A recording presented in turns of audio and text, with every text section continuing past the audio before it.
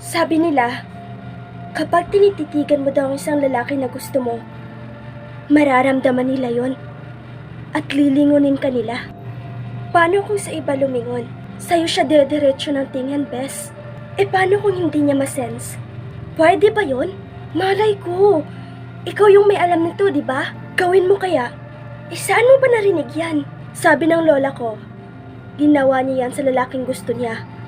At hindi niya alam. Gusto rin pala siya ng lalaking yun.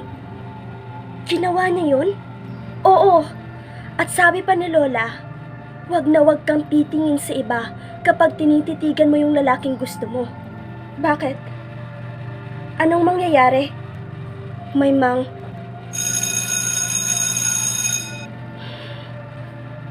Tara na nga. Dami mong alam. Totoo naman ah. Ava, tabi tayo?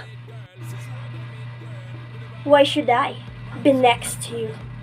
Wala. Gusto ko lang sana magkatabi tayo. Bakit? Sa tingin mo gusto kitang makatabi? Mia, ako yung best friend mo. Tama. Bakit hindi kayong dalawang magtabi?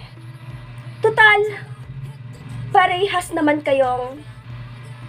Alam mo na. Anong alam mo na? Oh, paano ka kaya nakapasa dito, no?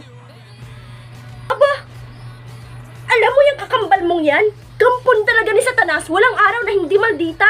Ano ka ba? Wala lang sa mood, Satanas agad? Oh my God, shut up, Mia! Palagi mo na lang talagang pinagtatanggol yan.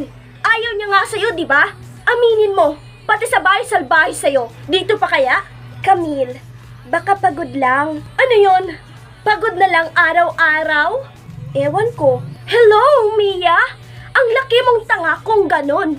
Sabi nga ng lola ko, if you feel it, you know it. The